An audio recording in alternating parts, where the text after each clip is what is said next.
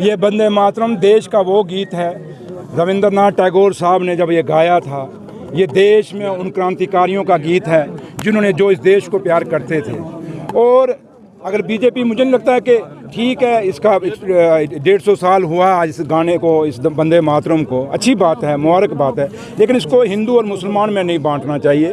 ये हिंदुओं का भी उतना प्यारा है जितना मुसलमानों का है, ये मुसलमानों को भी उतना प्यारा है जितना हिंदुओं को प्यारा है। और जब देश की आज़ादी का लड़ाई लड़ी गई, ये वंदे मातरम एक मुसलमान भी गाता था, एक हिंदू भी गाता था, एक सिख भी गाता था, ये क्रांतिकारियों का गीत था। तो इसलिए आज बदकिस्मती है कि 150 साल बाद जो गीत जिसने हिंदुस्तान को जोड़ा, क्रांतिकारियों को जोड़ा और आज़ादी की लड़ाई अंग्रेज़ों के खिलाफ लड़ी, उस गीत को आज हम उसमें पॉलिटिक्स ला रहे हैं, राजनीति ला रहे हैं। ये देश की बदकिस्मती है। कांग्रेस कह रही है कि ये 150 साल बाद बीजेपी को इसलिए वंदे मातरम याद आया क्योंकि अब वेस्ट बंगाल में इलेक्शंस होने वाले हैं और इलेक्शंस के वक्त बीजेपी हमेशा इस तरह के हथकंडे अपनाती है। मैंने कहा ना कि जब इलेक्शन आ गया, पहले बिहार था, उसमें क्या हुआ मैं यहाँ नहीं कहना चाहता, अब क्योंकि अब बंगाल का इलेक्शन आ गया। ये हिंदू मुसलमान की राजनीति कर करके हम कब तक इलेक्शन जीतेंगे? मसला है काम करने का। आज नौशहरा जिस धरती पे आप खड़े हो, यहाँ 11 साल बीजेपी का एमएलए एक रहा, उस एमएलए को और उसके बाद उस पार्टी को भी उसने हेड किया बीजेपी को जम्मू कश्मीर में।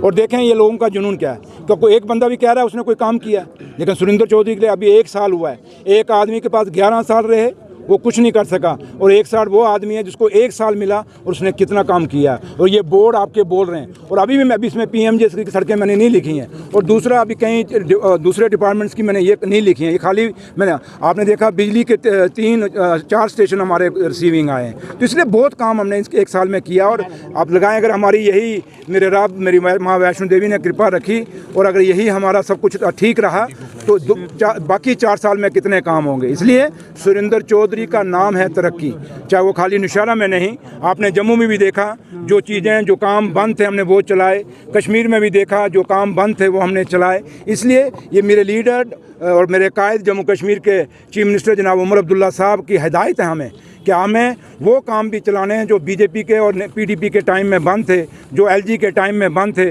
जो बीजेपी के जो दावे करती है उनके टाइम में बंद थे, वो काम हमने वो भी कंप्लीट करने हैं और अपनी स्कीमें भी चलानी है। अपोजिशन पार्टीज ये कह रही है कि एनसी सरकार ने बीजेपी के साथ कंप्रोमाइज़, यानी सेंट्रल लीडरशिप के साथ कंप्रोमाइज़ किया, इसलिए स्टेटहुड पर अब कोई बात नहीं हो रही। यहाँ लोग क्या मांग रहे थे? हमने देखा मैं नेशनल कॉन्फ्रेंस का डिप्टी चीफ मिनिस्टर बैठा है, ठीक है, नौशहरा के लोगों के लिए तो मैं एक एमएलए हूँ इनका, लेकिन आप लोगों को तो मैं डिप्टी चीफ मिनिस्टर हूँ। तो जब डिप्टी चीफ मिनिस्टर से लोग कह रहे हैं, मेरे पार्टी के लोग कह रहे हैं कि हमें जम्मू कश्मीर को स्टेट का दर्जा वापस दिया जाए, सरदार जोरावर सिंह जी ने किस अच्छे अंदाज में उन्होंने व्याख्यान किया कि हमें स्टेट का दर्जा दिया जाए, तो अभी भी आपको क्या लगता है कि हम सांठ-गांठ किए हुए हैं? अगर एक डिप्टी चीफ मिनिस्टर के मंच से डिमांड जारी है कि जम्मू कश्मीर को स्टेट का दर्जा दिया जाए, इट्स मीन कि उमर अब्दुल्ला सरकार की डिमांड है कि हमें स्टेट का दर्जा दिया जाए। ये हम नहीं, ये पीडीपी वाले खेल खेलते होंगे अंदर अंदर से, या कोई और खेलते होंगे। नेशनल कॉन्फ्रेंस नहीं खेलेगी। नेशनल कॉन्फ्रेंस तब भी अपने वजूद पे थी, आज भी नेशनल कॉन्फ्रेंस अपने वजूद पे है। नेशनल कॉन्फ्रेंस हमेशा अपने एजेंडे पे रहेगी, दूसरों के एजेंडों पे नहीं चलेगी। अपोजिशन कह रही है कि पार्लियामेंट में असल मुद्दों पर बात होनी चाहिए थी, लेकिन यहाँ पर सिर्फ वंदे मातरम पर बहस। मैंने वही कहा ना, मुद्दे हैं, पेपर लीक है, बेरोजगारी है, उन पर जहाँ पार्लियामेंट में बहस नहीं हो रही है। मैंने कहा कि वो तो दिल्ली की बात है, आप जम्मू कश्मीर की बीजेपी देख लो, वो एलओपी है, जो अब मेरे मुंह से कुछ और निकल जाएगा, वो एलओपी करते करते फिर मुश्किल हो जाएगी, फिर प्रॉब्लम है, फिर वो आएगा चीखेगा दूसरे दिन आके।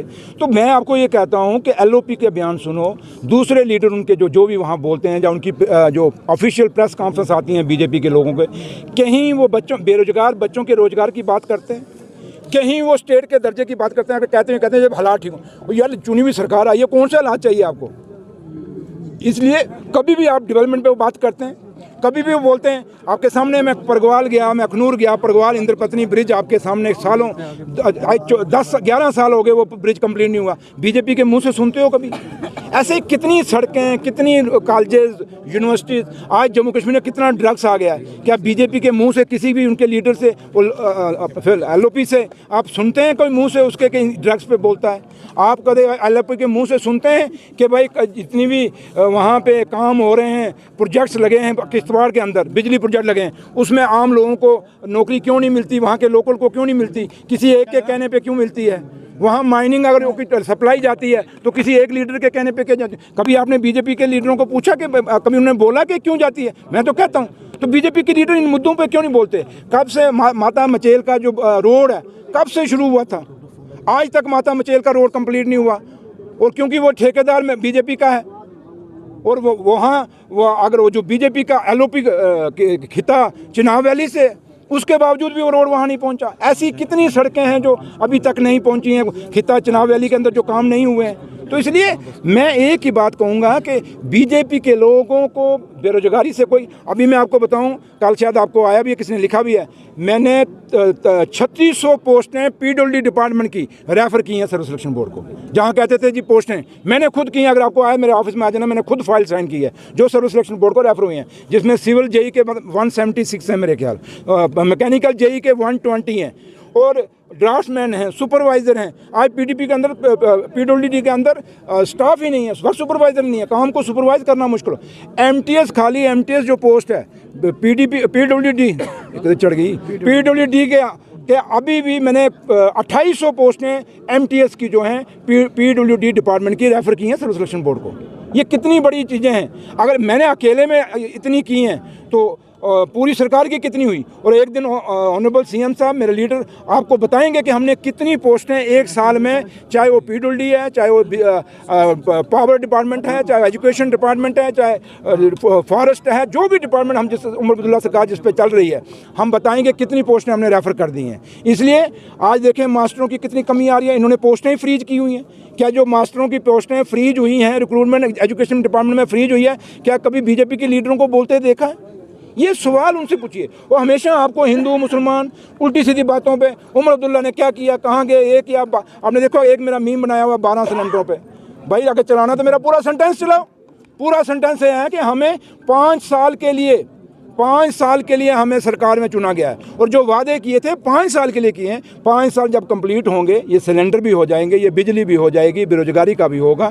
और जहाँ तक हमारा स्टेट का मुद्दा है, वो तब भी हमारा था जब से सरकार बनी, आज भी हमारी डिमांड है स्पेशल स्टेटस का। उस समय भी हमारी डिमांड थी और आज भी डिमांड है। हम कहीं अपने मुद्दों से पीछे नहीं